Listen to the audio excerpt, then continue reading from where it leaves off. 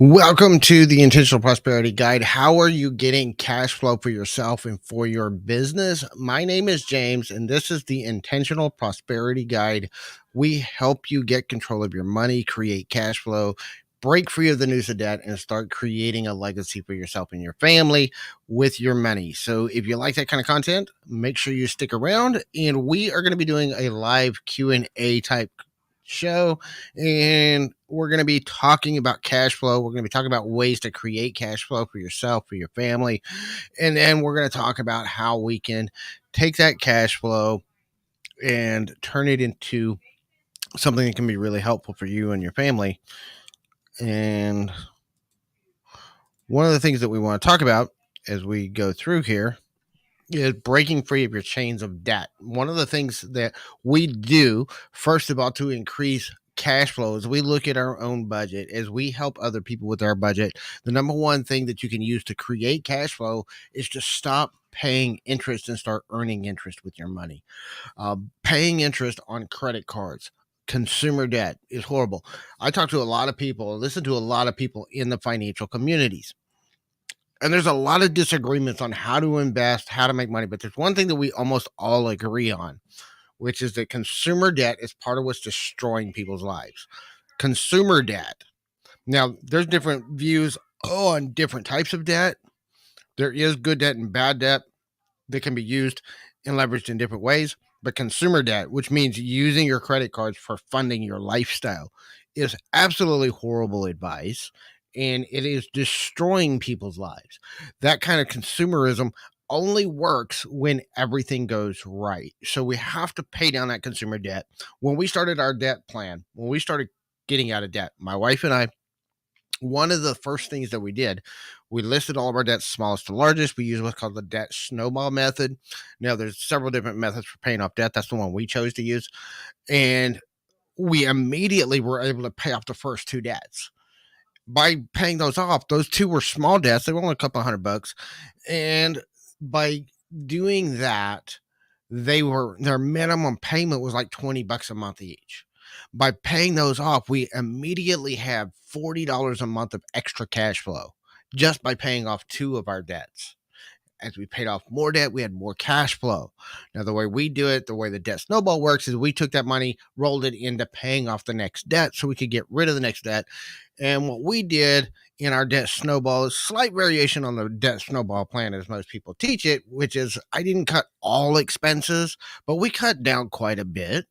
And we sacrificed a lot of things that we did want to get what we wanted long term.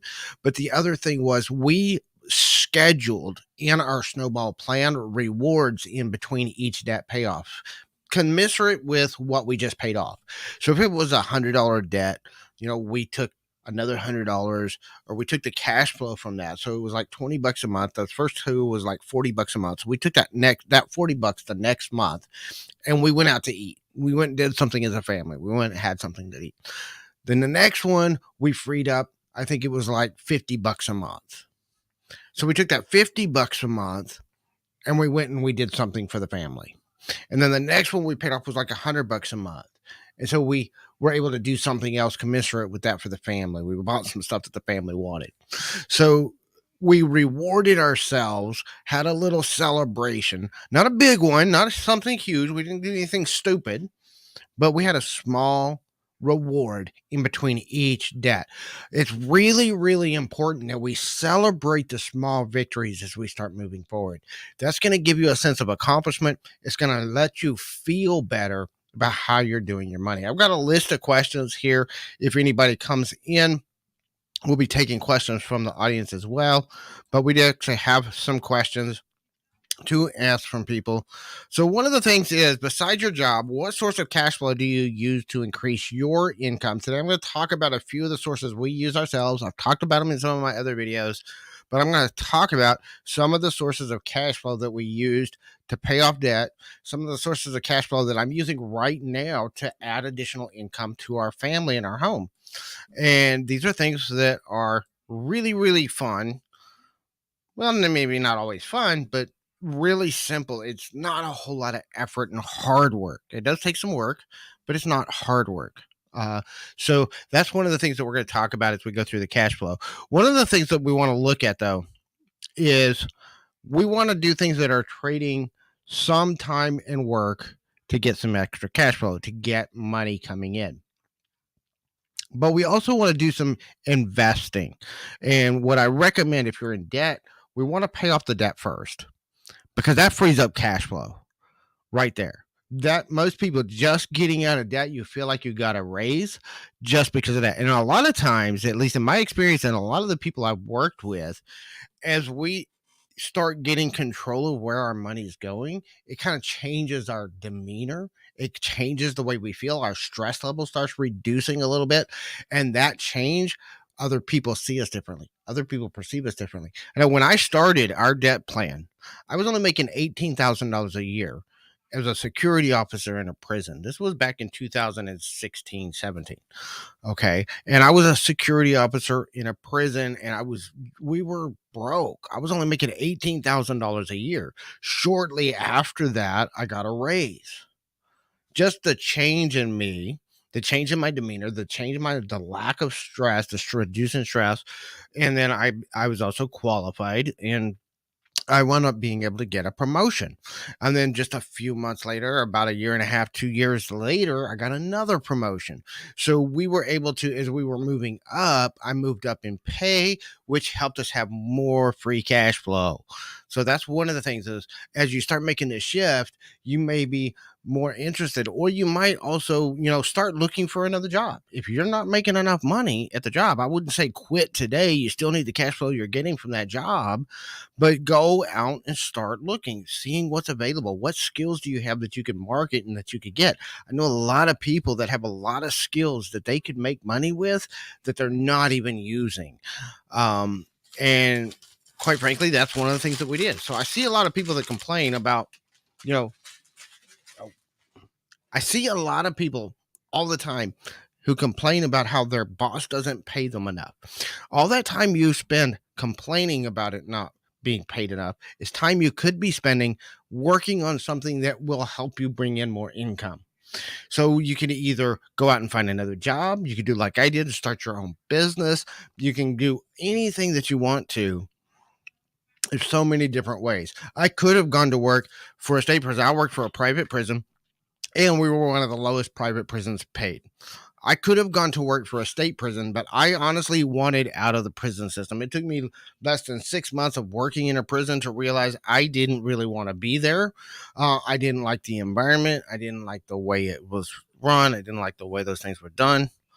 But I also knew that that was not, the ideal situation for me. But I also needed the cash flow. I needed the money to pay my bills. So I worked there for 6 years, even though within 6 months of working there, I knew I wanted out. Uh, but then the next thing that we looked at was we started getting ourselves out of debt. And as we started getting ourselves out of debt, people noticed a shift in me. People were telling me that they noticed a shift in me. They saw a difference in me. And not only did I get out of debt, and I will be honest, and I talk about this in some of my videos, I may rant about it later. I did follow Dave Ramsey's plans. I followed Dave Ramsey for a long time. I no longer do. And I do listen to what they say. I think that they have some really, really good sound financial advice to a degree, but there's some reasons why I don't follow them. And I'll talk about that in other content. But as I went through his system, and I honestly did it Dave-ish. I didn't follow his system to the letter. I made some alterations based on my own personal experience, my own personal position. There were things that we did differently than following his plans to the letter. Now, that being said, I think what he teaches does work for certain people. But there's some things that he teaches that I disagree with. And so I talk about those things in some of my other content. And if you have questions about it, you can always ask. I'm pretty open about it. But one of the things that I did learn from him, and it's part of what led me to naming my stuff the way I did, is intentional prosperity. Because number one key to really getting control of your money is being intentional about what you're doing with your money. Most people are working with their money habitually. They're not budgeting. They're just habitually going through life, spending money on things that really don't serve them. And they're spending money because a lot of times, and I did this myself, I was in a job that I absolutely hated. And so I would spend money on things to make myself feel good. And so I was blowing money on stupid stuff to make myself feel good because I got zero fulfillment from my job. Most people that are living from Monday through Friday, paycheck to paycheck, living to earn that paycheck, and that's like their whole reason for working is to earn that paycheck. That is the wrong attitude towards money. It's the wrong mindset towards money. That's one of the myths around money is that money is earned through trading dollars for hours. We've got to stop trading dollars for hours and start trading value for dollars. The more value you trade for dollars, then you're going to find new ways of value that you can add to the marketplace that are going to be worth more than hours. I might spend more hours on a project, but then the value of that project is worth more to a wider variety of people. And the more you can serve a wide group of people and do the work one time, then that trades value for dollars. That changes the relationship in the money. And my thing is blinking because I'm moving too much. So one of the things that what do I mean by that? Maybe say you write a book. Authors, they write their book one time and then they sell that book over and over and over again many times for years and years and years if you do it right. If you do a really good book and it becomes a bestseller, you can spend years and years and years generating passive income from that one book. But most authors don't just put out one book and then retire either. Most of them put out a book and then in another year or 2 years, they put out another book and then they put out another book and eventually they got like 10, 15. One of my mentors, Dr. Wayne Dyer, I love his stuff. He put out like 40 books during his career.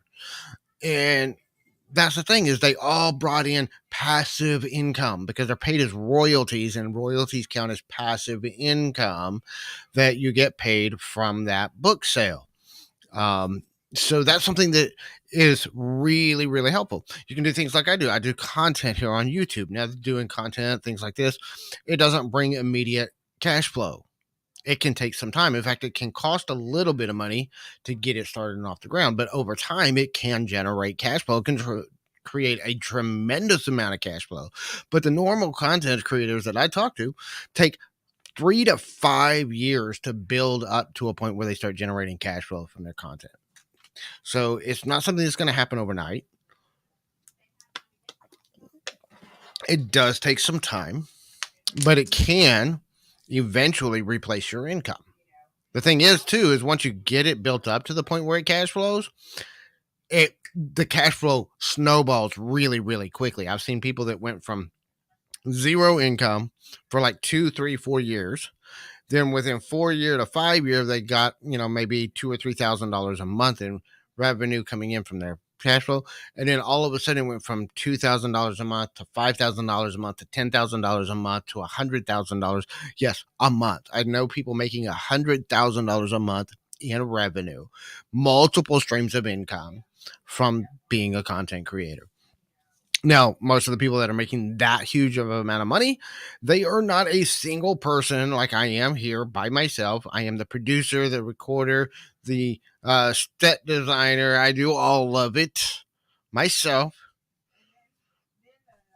But you can make cash flow from doing this kind of stuff, build it up into a business and start hiring a team and having producers and having people that help you with the content. And the more you do that, the more quality the content gets, the more people you're going to reach, the better it's going to be. And so by doing that, you're building up cash flow. You're building up a business that can cash flow and create income for yourself and your family. Now, one of the things that I like to look at is, one of the ways that we do that through our content and stuff is what's called affiliate marketing. And it's just but any kind of sales. So if you're selling your own product as a content creator, if you're doing sales of somebody else's product. And so I have,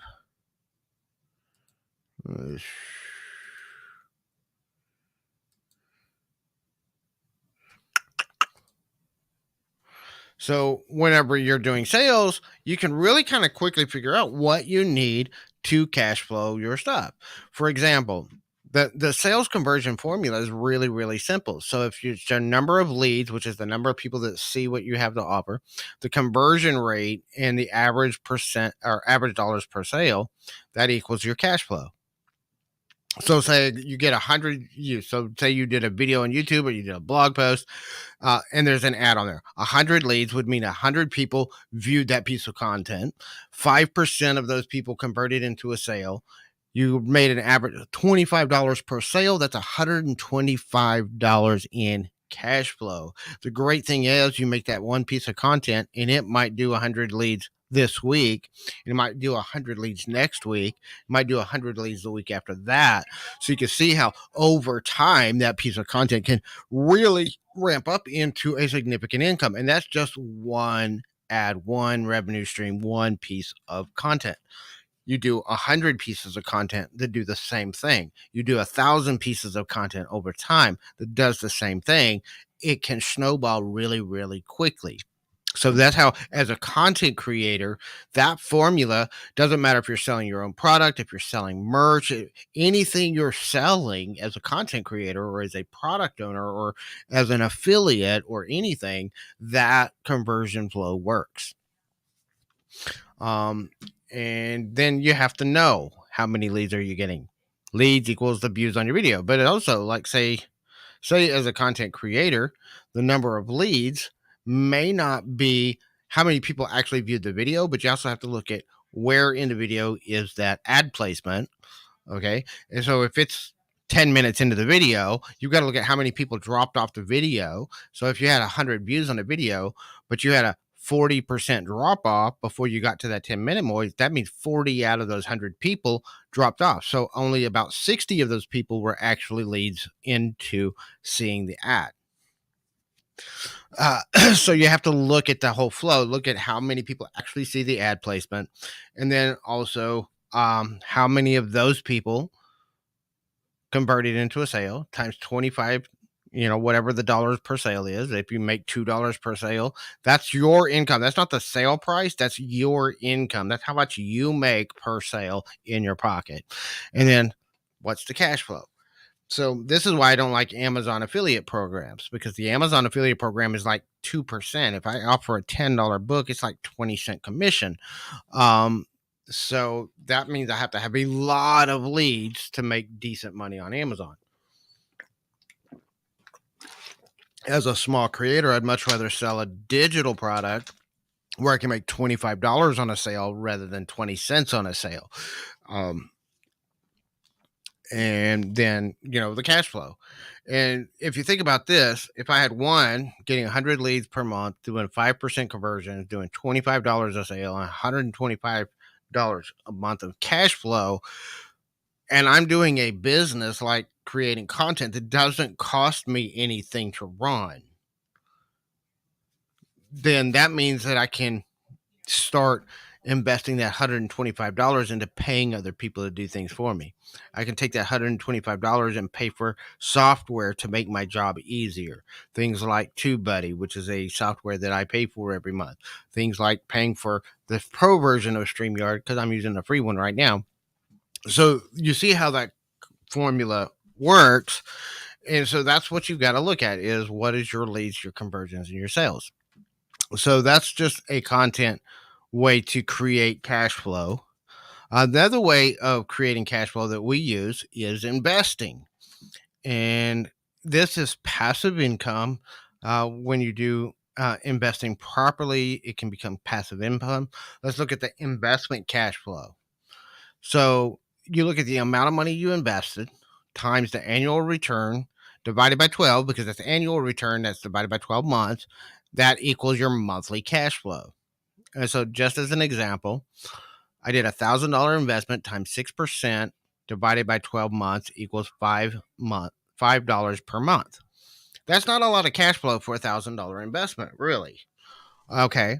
But that's actually a 6% return is honestly an average after fees and things with some of the investment strategies I've seen. I've seen some with a 4%. It also depends on how much you invested. If you can invest $15,000, that's going to go up significantly if you invest. But based on that math, it's going to take 16 years to get your return on your investment. Now, where that can be helpful is those are non-taxable events. So that $5 a month is like, well, that was my money. I'm just getting it back. And you're right. For 16 years, it's going to be a non-taxable event. But as that, one of the things you have to look at that is as the investment value goes up, then that $1,000 is now actually working more like $2,000 because the value of the investment went up. The percentage of cash flow might go up. So, for example, if I invest in a piece of real estate, well, if it's worth $1,000, okay, now you're going to probably invest more than $1,000 in a piece of real estate, but that piece of real estate might be worth $100,000. You might invest $3,000, but it's worth $100,000. So 6% of that divided by your 12 months, if you're making a 6% on your initial investment of $1,000, that might go up. Say the rents go up without the cost of the property going up, without having to put additional money back into the property if the rents go up, and you get that difference into your pocket, or at least, it might go up to 8% or 10% or 12%. If you're doing stock investing, the value of the stock goes up, as well as the dividends are usually pretty set. But as the value of the stock comes up, as the profits of the company go up, then you get that percentage of the company's profits, not the percentage of your investment. So that's one of the things to look at as you do those kind of dividends and those kind of things. So, as the companies do better, then you can do better. And that's one of the cash flow things. I've got a few questions that we've gotten from people as we've been going around the web. So I wanted to take some questions. If you have a question, leave it in the comments below, or you can leave us a question in the chat if you're watching this on the live stream. So I got a question the other day. If I only make $17,000 a month, or $1,700 a month, sorry, that's a big difference. I don't make enough to do a budget. Okay. This is a sad reality. It's a common question. How much? I don't make enough money to do a budget. What do I do? It's something that's very common, and it's because people don't understand a budget. A budget is simply a plan that tells your money where to go. The only limitation on your budget is how much cash flow you have, how much money you have going into the budget. So the more money you have going into the budget, the more you're going to get out of it, the more you're going to be able to cash flow, the more you're going to be able to do things. The only limitations, though, is the amount of cash flow you have going in. So if you don't have enough money going into your budget, we need to look at ways to increase your income and reduce your expenses. You need to get a positive cash flow budget. That means you have more money coming in than necessary to base survive. First thing we do if you're really, really low on income is we take care of the necessities first. That's your food, your shelter, your clothing, your housing, your food, shelter, clothing, transportation, and utilities. Those come first. Those get paid before anything else. I've had people that come in and are like, well, I paid my credit card bills and now I can't buy food. Well, why did you pay the credit card? If you didn't put food on your table, if you haven't fed your kids or put diapers on your kids, why are you paying a credit card company? I understand that they want their money, but I'd be calling them up saying, hey, look, I ain't got the money to pay you. I got to put food in my kid's mouth. That's more important. You got to prioritize your spending so that you're not going to hurt your family in the short term. We've got to get out of crisis mode, and we're never going to get there if we're prioritizing paying those creditors over putting a roof over our head or putting a food in our kids' mouths. We also have to realize, I know there's a lot of people that are really, really suffering and struggling because of this pandemic. And I get that. And I have a lot of sympathy for a lot of people. A lot of people didn't plan ahead. They weren't ready for this pandemic. And so they weren't ready for the consequences of it. And I get that. And I want to help people prepare for the next one because I think there's another one coming. I think that there's more coming. I don't think we're out of the woods yet. And I'm not trying to fearmonger. I feel like that's coming based on some of the things I've seen, some of the numbers I've seen. There may be another chance of a lockdown. We have a recession coming in. So I want people to be prepared. The thing is if you prepare for a rainy day, when a rainy day hits, it doesn't become a crisis. The reason why rainy days cause so much angst and anxiety and crisis is because people aren't prepared for them because they're living moment to moment. They're living day to day instead of preparing for a future. We want to live in the moment while preparing for the future. We want to be prepared for things to go wrong in the future. That's why we have an emergency fund. The first thing that I have everybody do is put at least a month's worth of your expenses into savings. That can be, $2,000 to $3,000, which can take a month or two to save up. And I get that, especially when you're really tight, when you're in debt and you've got no leverage and no wiggle room. You have no cash flow. First thing I would do is, what can I do right now today to increase cash flow? Do I have stuff I can sell? Hey, we started our eBay business. We started a reselling business on eBay, which I'm having problems with eBay. I'm really not recommending people to eBay right now because they're pissing me off. But there's still Facebook Marketplace. There's Mercari. There's Poshmark. There's so many competitions to eBay now. There's lots of places you can resell stuff. Take stuff that you have just laying around the house, stuff you have sitting in storage that you're never going to actually use, and start selling some of that stuff and get some positive cash flow. Take some of those knickknacks that may be worth some money that they're just sitting there collecting dust, and do something with them that's going to help benefit your family instead of just having this, we have this nice little nick. I had some people the other day that I was talking to that were absolutely broke and were going to do anything, but they weren't going to sell their collection of knickknacks. And some of those knickknacks were worth hundreds of dollars. They could have paid off all, if they had just sold one of their collections, not even all of their collections, just one of the collections that they had, they could have paid off almost all their debt, but they refused. And that's fine. It's your money and it's your stuff and you're going to do whatever you want. But it's not my fault when you're in debt in 10 years because you weren't willing to let go of your attachment to some stuff that's just sitting there collecting dust. Our attachment to stuff is one of the biggest problems in the culture today. Our attachment to physical stuff. I've walked away from everything I own 5 times. I've either lost or walked away from everything I've owned 5 times in my life and built everything up from nothing. You can do it. I can do it. I'm not the smartest tool in the shed. I ain't the most fanciest person out here. And I've done it 5 times in my lifetime because I was stupid. Because I made stupid decisions. And when I realized how stupid my decisions were, I washed my hands of it and walked away.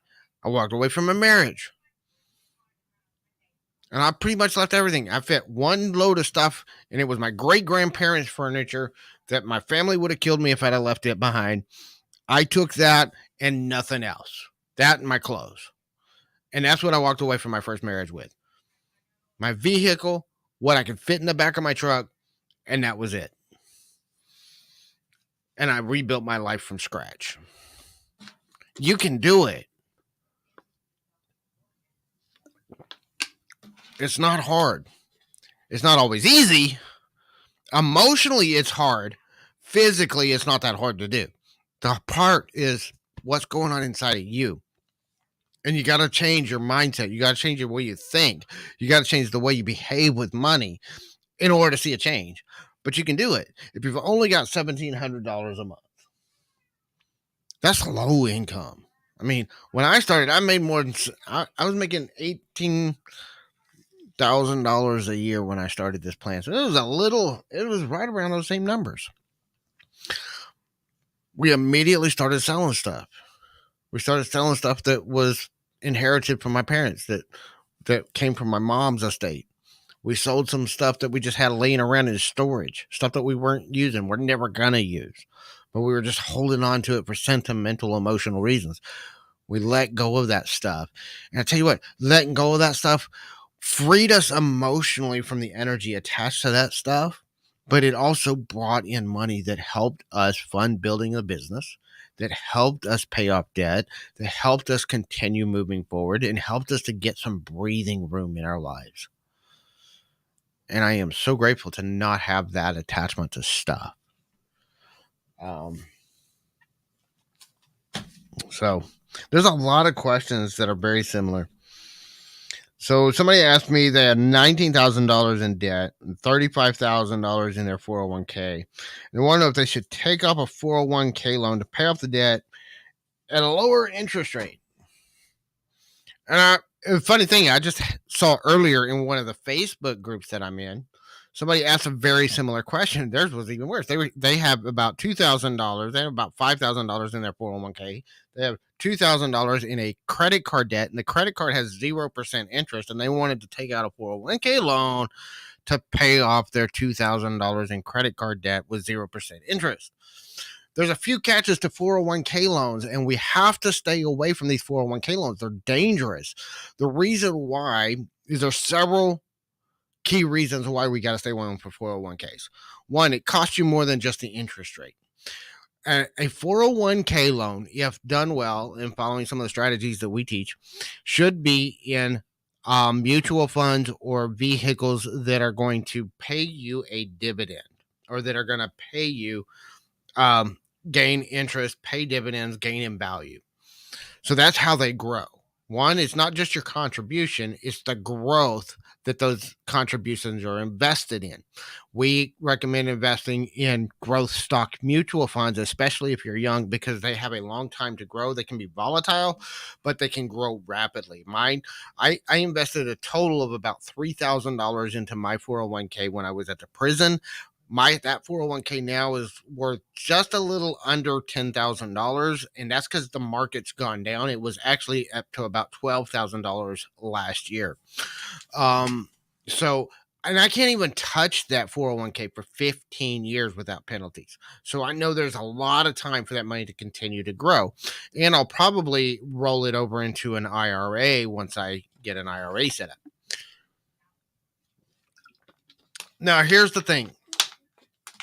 When you take a 401k loan, you're unplugging those investments. So you're not just losing the interest you paid to pay back the loan, which we're going to talk more about that in just a minute, but you're also losing the gains that those investments would have made.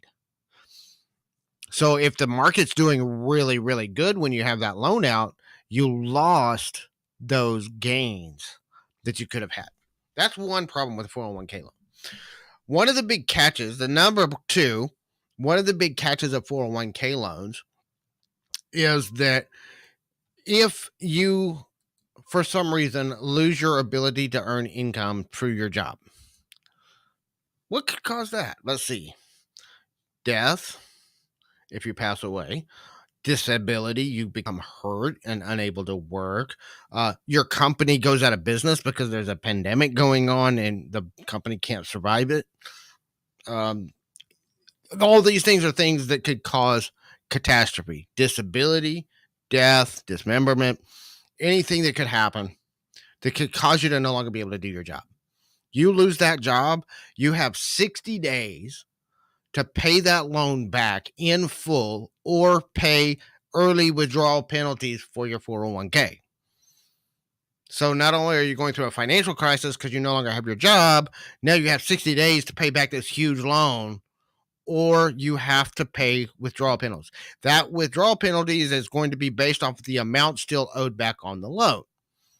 Okay, so say you took out $2,000 and you've paid back $500 of it. Now you still have $1,500 out. You have to pay about income tax and penalties, which can be up to 30% of that $1,500. You're going to have to pay back to the government. So that's one of the big catches of a 401k loan. You take that loan out against your own money. Now, here's the other thing. Okay, We paid into our 401k loan. This is the third reason why we don't like 401k loans. 401k loans, you paid that money pre-tax, before income tax. You're paying that back with after-tax dollars. So you're paying income tax and then investing that money into your 401k, which makes no sense because now it should be a Roth 401k because you're paying with after-tax dollars. The problem is it's set up as a 401k, which is pre-tax dollars. Now, the downside is on the back end of that, when you turn 65 or 60 or whenever you start withdrawing out of the 401k, you're going to pay income tax on that money again.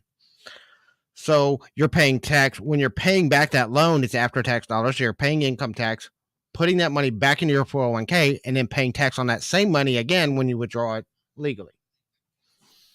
So you're paying income tax on that money twice when you do a 401k loan versus once when you just put it in the 401k pre-tax and leave it alone.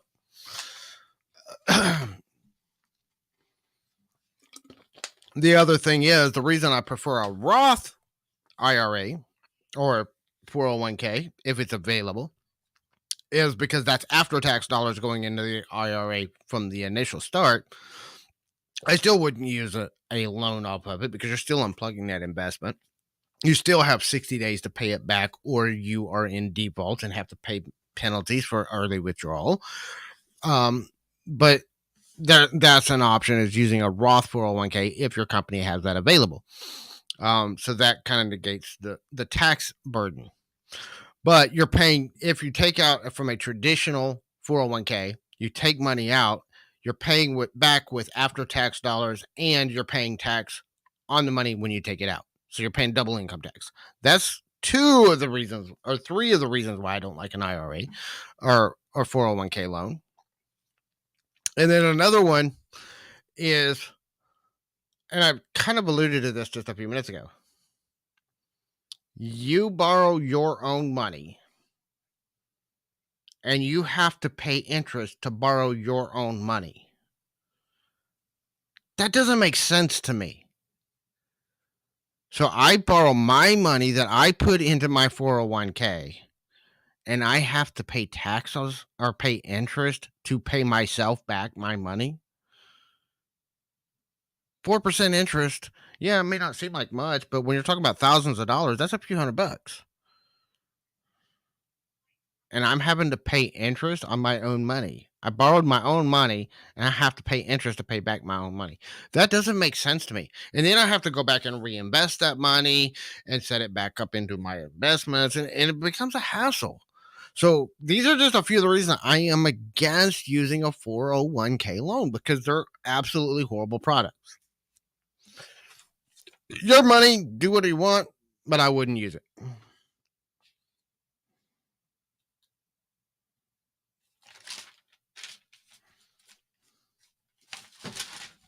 All right. Here's kind of a general question. They didn't really give me any numbers, but somebody sent me an email that said, I'm overwhelmed. Where do I even start with my financial mess? We have a very simple system that we teach. One, you want to save. First, we have to start doing a budget. A budget is just creating a plan that tells your money where to go. The very simplest of budgets you can do, just sit down with a notepad and write down, okay, I got this much money coming in.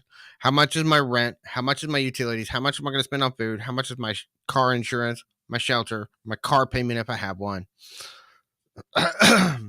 Look at that car payment. If it's going to take me more than 2 years to pay that car off, we recommend selling the car and trying to get something that you can pay cash for. If it's going to take less than 2 years to pay it off, following the snowball, then it'll be all right. Usually, as long as that's not a high percentage of your net worth. But so many people have way too high of a car payment. I talked to somebody the other day. $1,700 a month car payment. I was like, are you freaking kidding me? That's almost double my mortgage.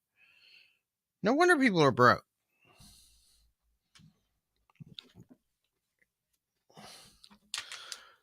So we pay our 4 walls first. Just write it down. Then we start looking at savings. Okay, can we save, up to a month's worth of our expenses, which is about, for a lot of people, $2,000, $3,000 into that initial savings account. That's going to give you a buffer against emergencies. That's our starter emergency fund, is about a month's worth of your expenses. So if your average expenses is, and that's expenses, not income. So look at your budget, total up the rest of your budget, and you should put that in there. Then we also look at things like, what's coming up this month. Birthdays. How much are you going to spend on those birthday presents? How much are you willing to spend on those things? Um, and honestly, sometimes you might have to say, you know what? I really don't have the money to spend on that birthday present this year. And that's okay. You don't have to spend money on people's birthdays. I think people are way too heavy into consumerism, and that's why people are broke. Or maybe you just spend a little bit. Maybe instead of spending $100 on them, you spend 20. At least cut it back, control it. I do recommend putting a little bit of a blow money fund or an impulse buy fund. When we started paying off debt, we did this, but we just gave like $20 a month of an impulse buy. So that means for $20 a month that we could buy on whatever without having to explain where it went, put that into the budget. That gives you a little bit of leeway for having some impulse, so you don't feel like you're completely cutting yourself off. But we want as much money going towards the debt payoff as we can. Once we get the emergency funds, then we list all of our debts, smallest to largest. That's the number one thing you can do to free up cash flow early on. One, start working a second job if you have to. Increase your income however you can. Work a second job. One of the things that we're doing, we have Favor, which is kind of like DoorDash. It's a local delivery service. It runs here in Texas, and I'm running Favors. In fact, after I finish this live stream, I'm going to go run some this evening. And I can run for 4 or 5 hours and make a few $100. Well, maybe not 4 or 5 hours, but I can go and run. I can, if I run for 5, 6 hours, I can easily make, $75 to $100. That's extra cash flow that we can put in towards paying off debt. That's extra cash flow. If I did that, 4 or 5 times a week, that's an extra, $300, $400, $500 a month that you can put into your budget.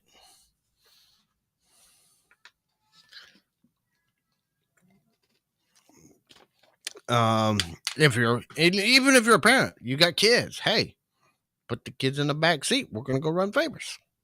Let's go. You don't have to pay daycare. Put the kids in the back seat. They can come along for the ride. So, you got to be willing to do what it takes. It's not about, is there something you can do? It's, are you willing to do what it takes? Most of the people that we talk to are so desperate, they're kind of at a point where they're willing to do whatever it takes. But there's a lot of people that aren't. There's a lot of people that are just not willing to make the sacrifices. They want to sit here and argue. And I'm not going to argue with you. It's your money. Do whatever you want to do. I'm not here to argue with people. I'm not here to tell you this is what you have to do. I can just tell you, if you keep doing what you're always doing, you're going to keep getting the same results. You're tired of being broke, but you ain't willing to do the work it takes to get out of being broke. You got to take responsibility for your behavior with money, because money is not a boss problem. It's not a blame problem. It's not who do I blame for my money problem. It's a personal problem, and it's a behavior problem. If you want to increase your money, you got to take responsibility for your behavior with money. That means your behavior with how you get money, and your behavior with how you spend money, your behavior with how you think about money, your behavior with how you talk about money. You have to change all of your behaviors around the subject of money in order to really get control of your finances. And I'm not trying to be mean or ugly when I say any of this. I had to do this myself. I had to have the come to Jesus meeting with myself and tell myself, hey, you're doing stupid shit with money. You got to get this under control if you want to change your life. You cannot keep doing this. You cannot keep doing things the way you're doing. I had to have that conversation with myself. If you have a partner, have that conversation with your partner. Sit down and say, hey, I'm sick and tired of living this way. I am sick and tired of being broke. I'm sick and tired of not knowing how we're going to put food on the table. I'm sick and tired of not knowing how we're going to have rent paid. I'm sick and tired of owing all these people money and just throwing money away, paying all these people, all these creditors. I'm sick and tired of dodging phone calls. When you get to that point where you're sick and tired, you're ready to change. You have to be willing to change. And you don't have to go that far. A lot of people we talk to goes that far before they're ready to change, but you don't have to get that far in the hole before you wake up and say, "Hey, I want to see something different." Sometimes I've seen people that are like, I saw this other person doing this and I don't want to be like them. What can I do to change? Sometimes that's all it takes, but you have to be willing to change.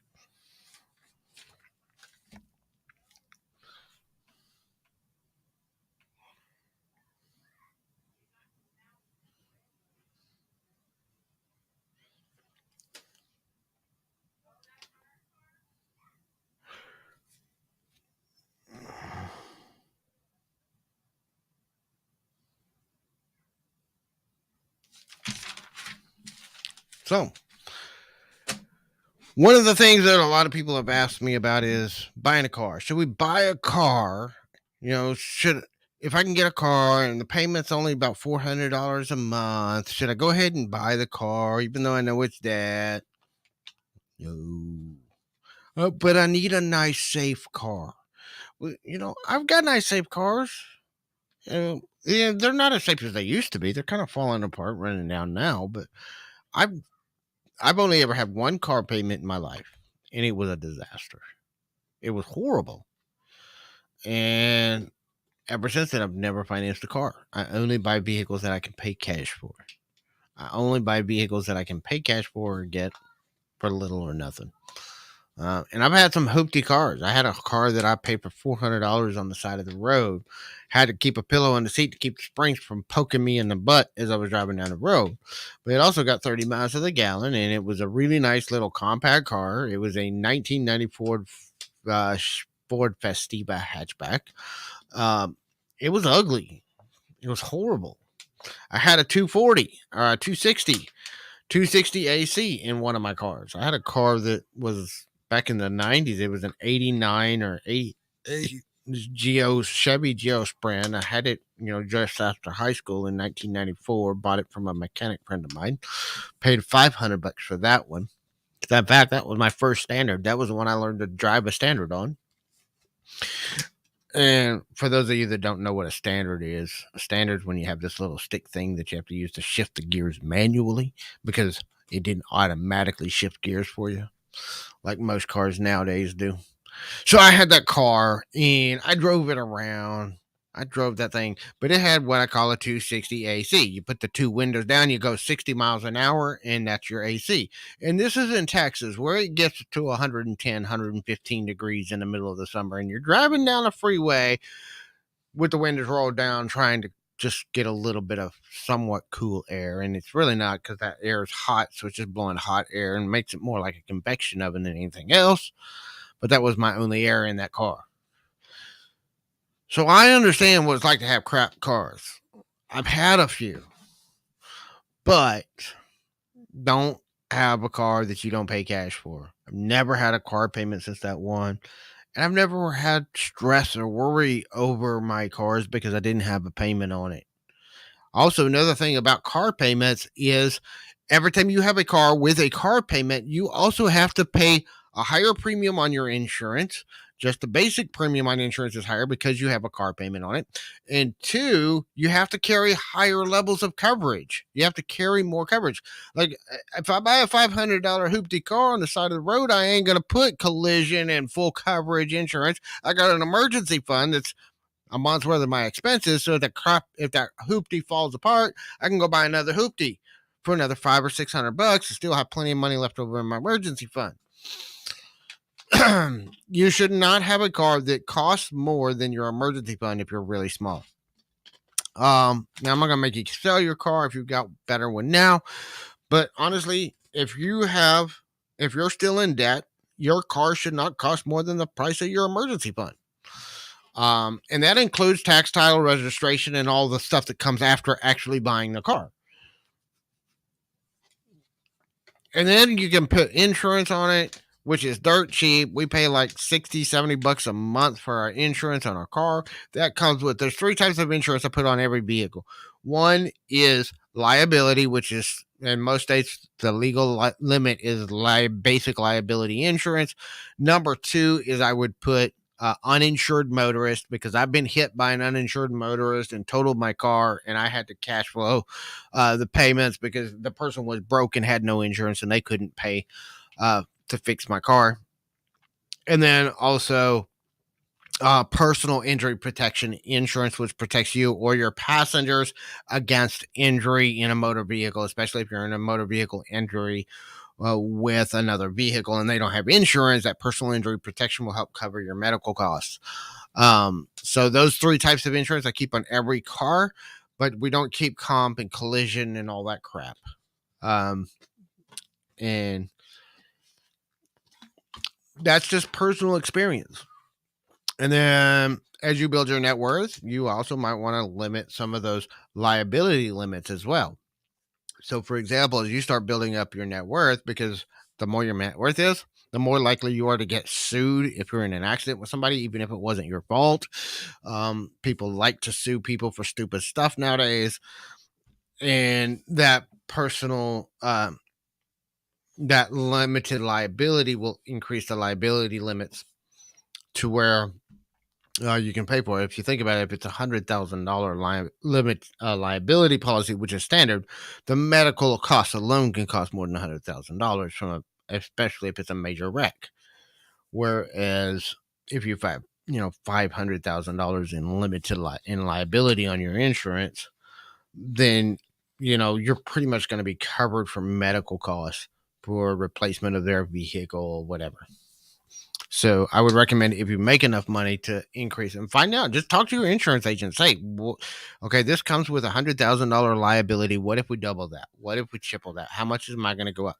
If it's just a few bucks a month, which is usually what it is, it's worth it to raise those liability limits, especially as you raise your net worth. As you start getting out of debt, you start raising your net worth. That's going to put a big red flag on you that people are going to want to sue you. If you run a business, you need to have maximum liability insurance on your vehicles, because people are going to want to sue you just because you're a business. So if it's a company vehicle, if it's a business vehicle, especially, you want higher limits of liability. And then there's umbrella policies and other things. That's way on down the road. We'll talk about that in other stuff.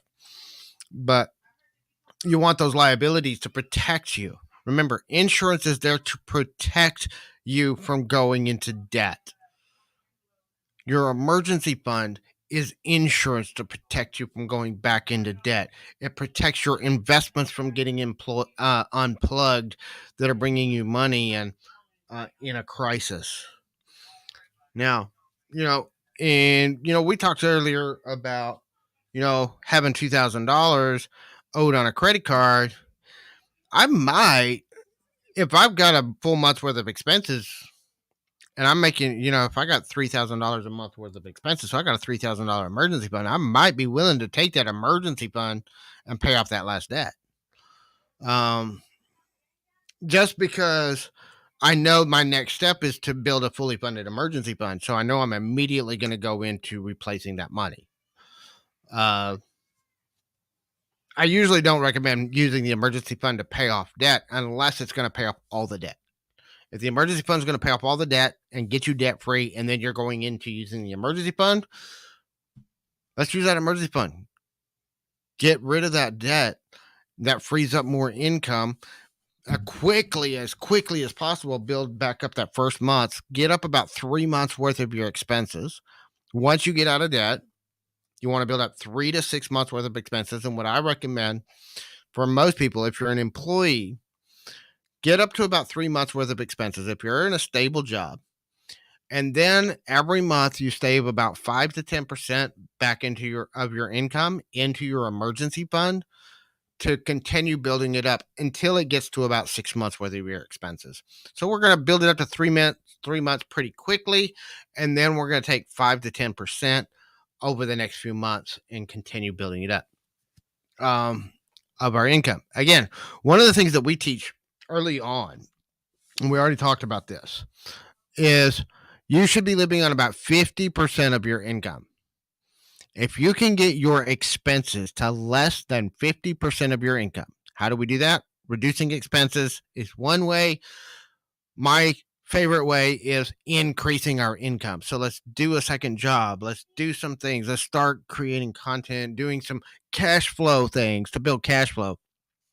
Start doing investing, start doing, some affiliate sales or some affiliate streams that can bring in some additional revenue. Set up some passive income streams that bring you income without you having to work for them and trade hours for dollars.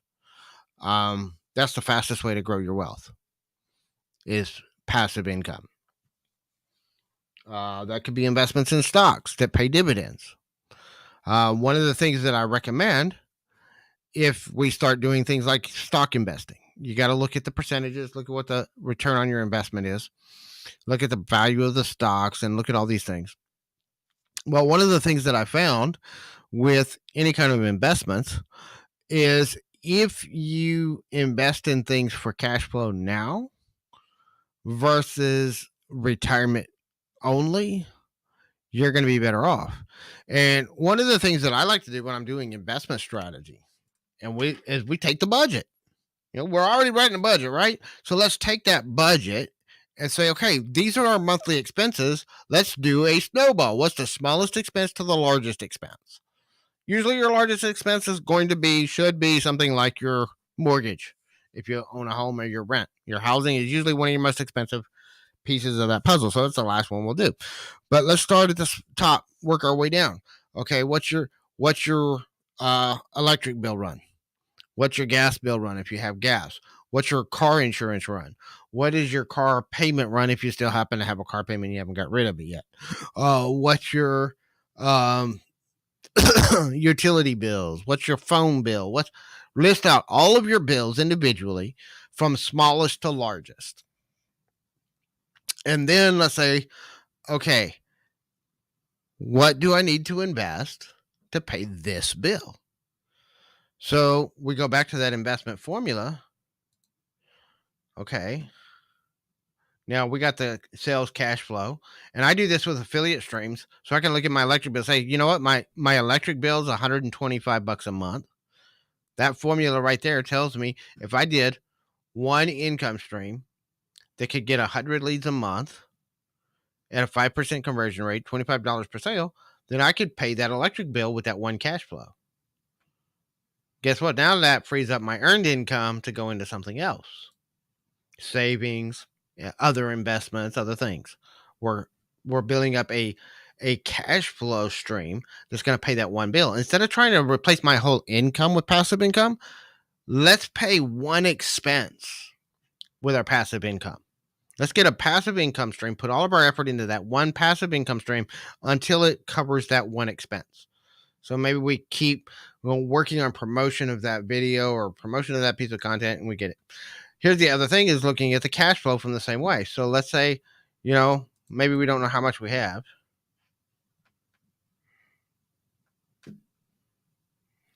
Let me go back. So we got $1,000 there. But let me pull up my calculator because I'm going to do some math here real quick. So we can also take this backwards. See, this is a great thing about doing the math. When we do the math, we can figure this out backwards. So we know what the monthly cash flow needs to be. So we have our end result. All right. So our 12 months annual return. So if my cash flow needs to be, say, $100 a month. All right. I can multiply that out by 12 months.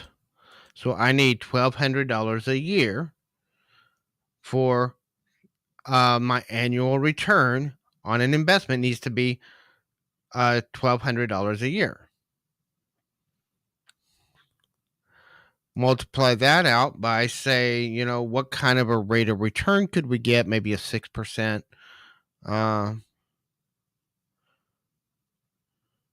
So 6%. Divide that by 6%. is $20,000. So to get $1,200 a year annual return, I need $20,000 into an investment.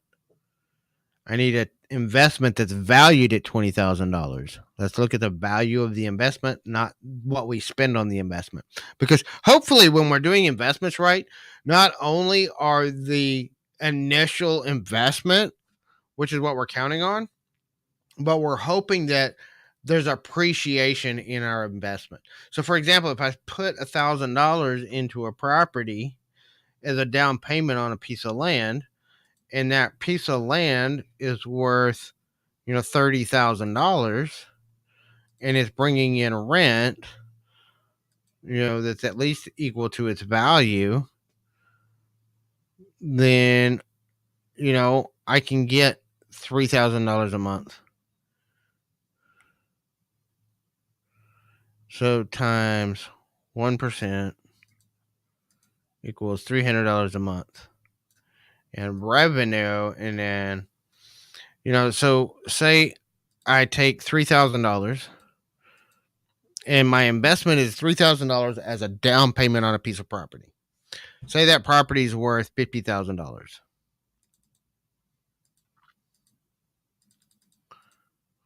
Oh, all right.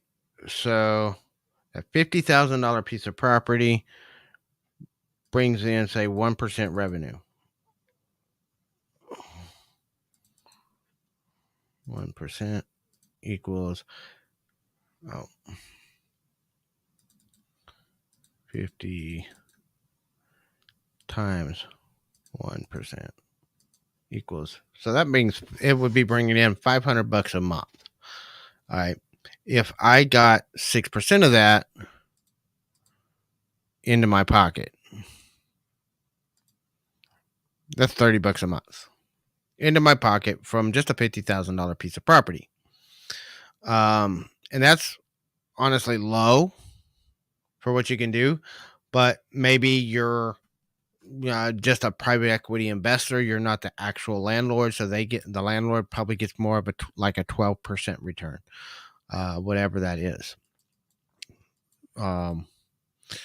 So if you're the landlord, you'll get more than 6%. But if you're, an equity investor, you'll probably only get like 6% of that back, maybe 7%, maybe 8%. So, once you know your percentages, you got numbers to put into the formula, and then you can just work it backwards and figure out, okay, with this formula, I was able to figure out I would need about $20,000 invested in order to get the cash flow that I needed for $125 a month cash flow. Now, in order to get that $125 a month cash flow from that $20,000 investment, I don't have to invest $20,000. I just need the value of the investment to be $20,000. See, so if you do $1,000 buys you $20,000 worth of real estate, that's really, really good money. That's a really good return on your investment, even if there's a mortgage and other expenses, which is part of why that number's so low. Honestly, if you could do cash on cash, which means you pay cash for the property, then you don't have a mortgage, you get a much higher percentage because that mortgage isn't eating up a lot of your money. That's why, I can recommend using a mortgage to do real estate. I don't recommend keeping a mortgage because so much of your cash flow has been eaten up by the mortgage payment and the interest. People don't do all the math. People that do the math on, having that, and they look at the depreciation of the property over 27 years, and they're like, oh, look, you're getting all these tax advantages. Yeah, you're getting tax advantages, but you're paying more in interest than you're getting on your taxes. Most people don't look at the whole picture. They're only looking at, oh, look at the depreciation, which you can only do with this mortgage. But you can't look at that. You've got to look at, yes, we're paying that in the mortgage, so we have this depreciation that we can get. But you cannot just look at that. You have to look at how much are you paying in interest in mortgage payments in order to save a couple of $1,000 a month. Are you paying $8,000 a year in mortgage payments to save $1,000 a year on taxes. And that's what most people are doing. And the answer to that, in most cases, yeah, we're paying $10,000 to save $1,000. Now, if you want to pay $10,000 to get $1,000 back, send me $10,000 and I'll send you $1,000 of it back. Guaranteed 100%. I'm a man of my word. My integrity is one of my most important parts. If you send me $10,000, I will gladly send you $1,000 back. Because that's what you're doing when you have a mortgage so that you get a tax advantage. You're paying $10,000 a year or more so that you can save $1,000 or $2,000 a year on taxes.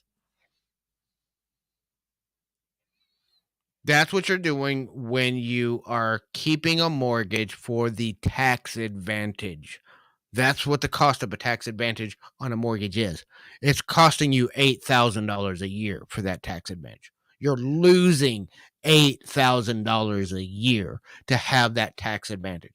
So if you're going to do a real estate deal and you're going to do this rental property, you want to get rid of that mortgage. Yes, I'm not Dave Ramsey-ish in the fact that I'm against using debt to get the real estate. I'm against staying in debt on the real estate. I think you should pay off the home mortgage. I think you should pay off that real estate mortgage. One, you're going to have more peace of mind.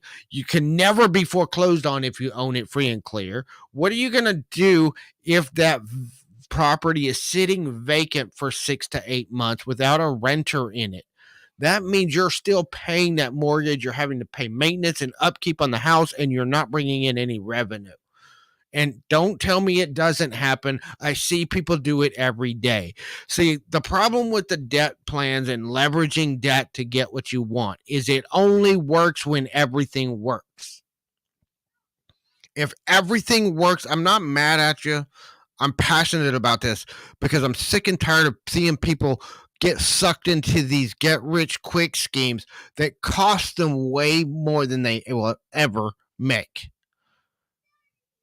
Because it does not make you rich quick. It is not sophisticated investing. It is dangerous. The more debt equals risk. The more debt you have, the more risk you take. If we can do it cash flowed, free and clear of any debt ever, that's the best case scenario, but you'll be saving for 10 to 15 years to save up enough money to pay cash for a piece of property unless you get really, really lucky. Now there are some lucky deals out there. I've seen some people buy some foreclosures for pennies on the dollar. I saw a foreclosure for sale just a few weeks ago. If I had the money to cash flow it up, I damn sure would have pulled the trigger on it. It was a $70,000 for a $300,000 piece of property. That would have been a deal I would have jumped on in a second if I could have raised the capital fast enough to pull the trigger on it. But I would have that with that kind of a ratio, yeah, the debt to value ratio, I would have been willing to take debt out on the property to do that deal, but I wasn't in a position to be able to pull the trigger on it. Now you're probably going to put another $15,000 to $20,000 on the property to make it livable and other stuff. But if you're buying a $300,000 piece of property for $70,000 and you put another 20 in it, you're still far ahead. So for that, yeah, I can see using some debt to get that started, get that off the ground. But then you pay it off as fast as you can, and then you have more cash flow. If you're spending $800 a month in a mortgage payment, let me see. What's that?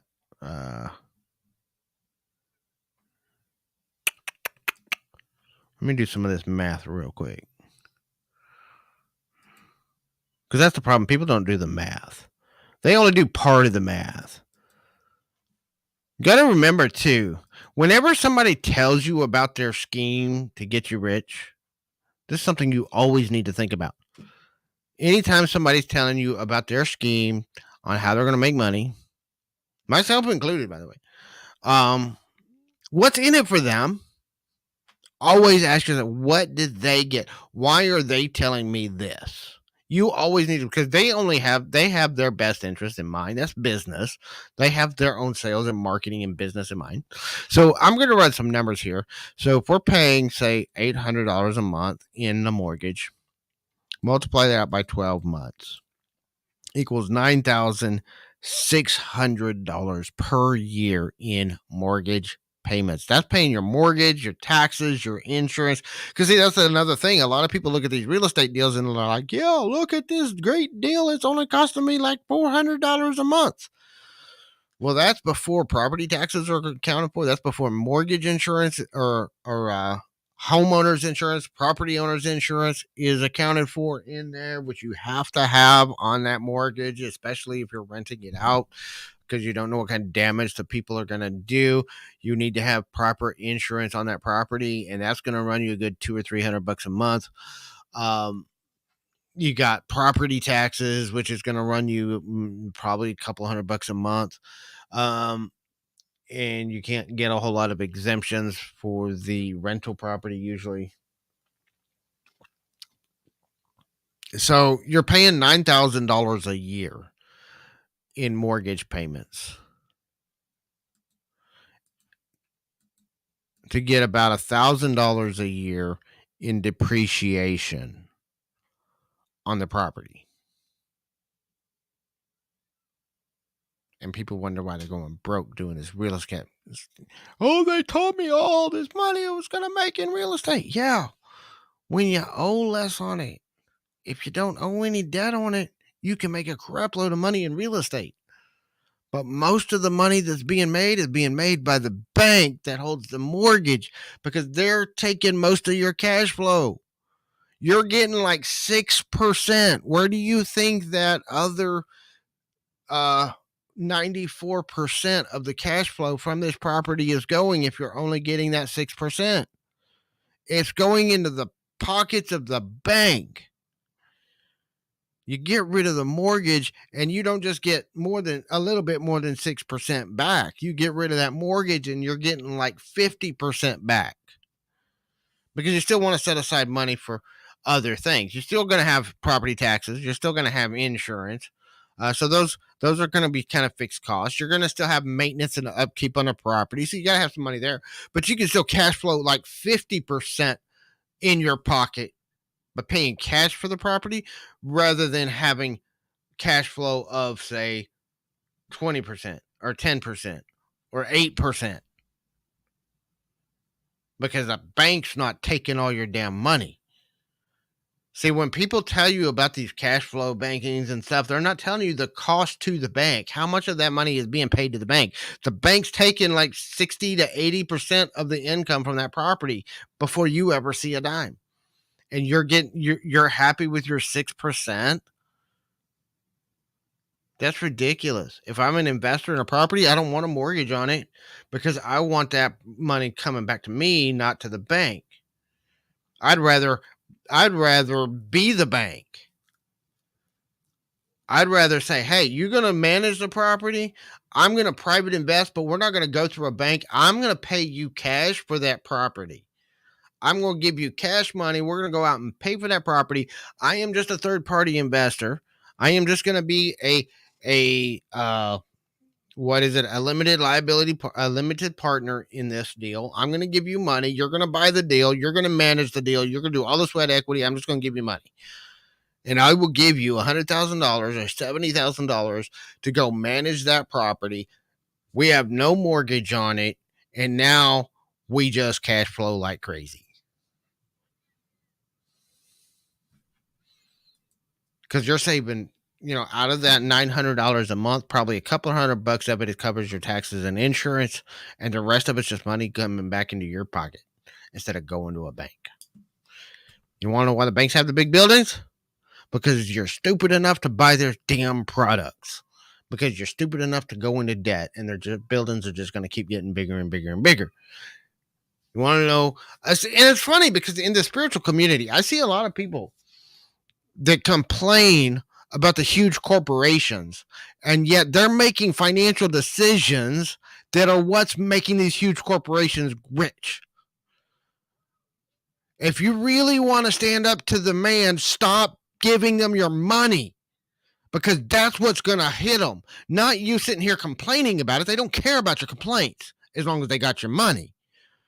You want to really stick it to these big corporations because they're greedy and selfish, then stop investing in things that they are making money from. Stop spending your money on the stuff that they make money from. Some of these big banks, people are getting pissed off at these big banks and getting ripped off by these big banks, and yet they're still taking out debt. Debt is the number one way banks make money. You stop using debt, you stop using their debt products, then guess what? You stop using their credit cards, you stop using their loans, you stop using their debt. That's what's going to hit them. That's what's going to hurt them, because making interest off of your money is way more expensive to them. That's where they make most of their money, is loans. You want to really do something that's going to affect these corporates? Complain to the government ain't going to affect them. You kidding? Most of those people in office in Washington, those corporations paid for them to be there. Contributions to their campaigns paid for their campaigns. You think your measly little campaign dollars made any difference in what's going on in Washington?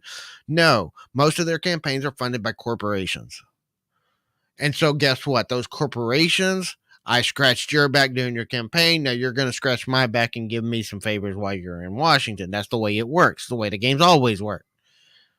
Corporations run what's going on in Washington. So you can't complain to Washington.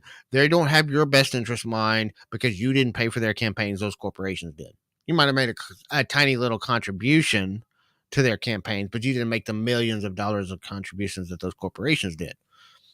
Every single person in office got there that way. Complaining is not going to change things. You've got to take action that's consistent with the change you want to see.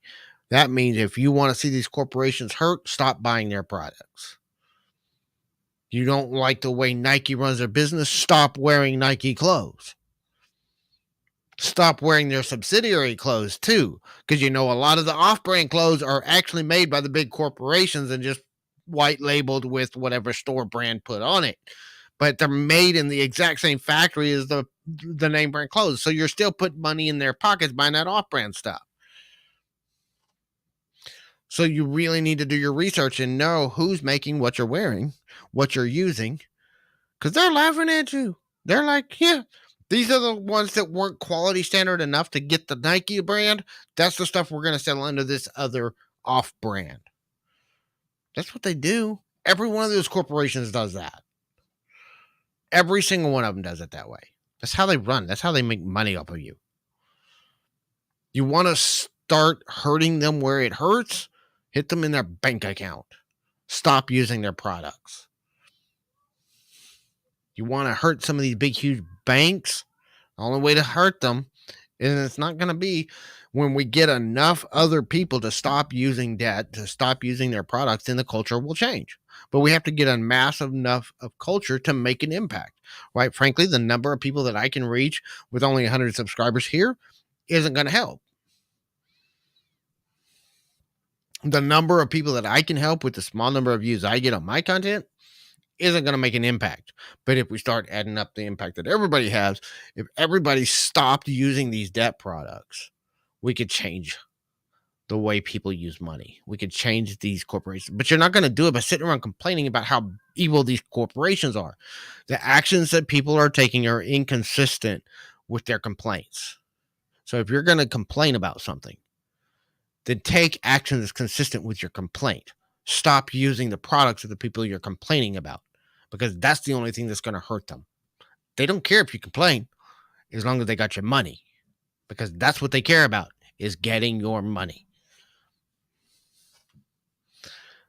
Not all corporations are that way, by the way. Not all businesses are that way. This is something you have to understand.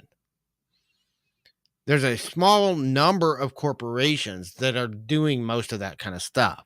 The problem is they're all multi-billion dollar, multinational, international corporations Small businesses like ours, like a lot of people I know, small businesses are still corporations sometimes.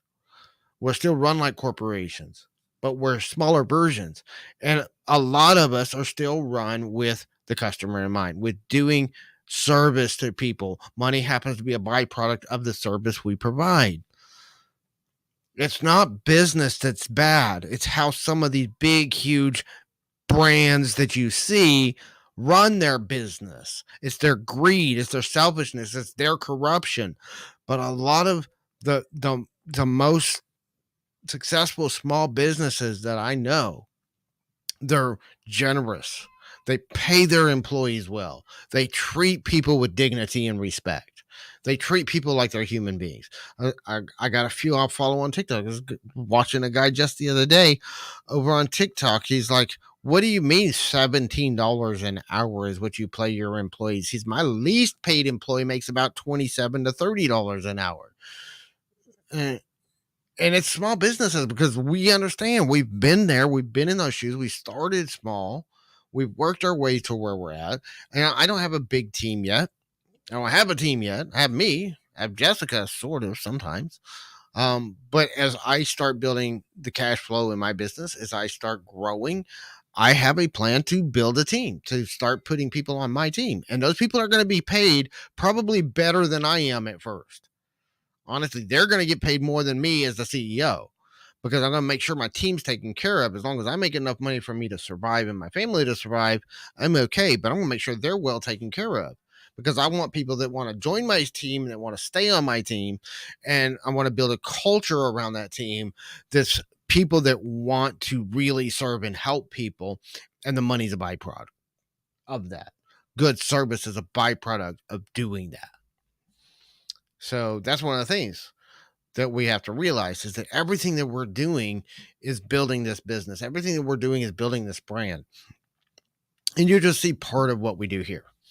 But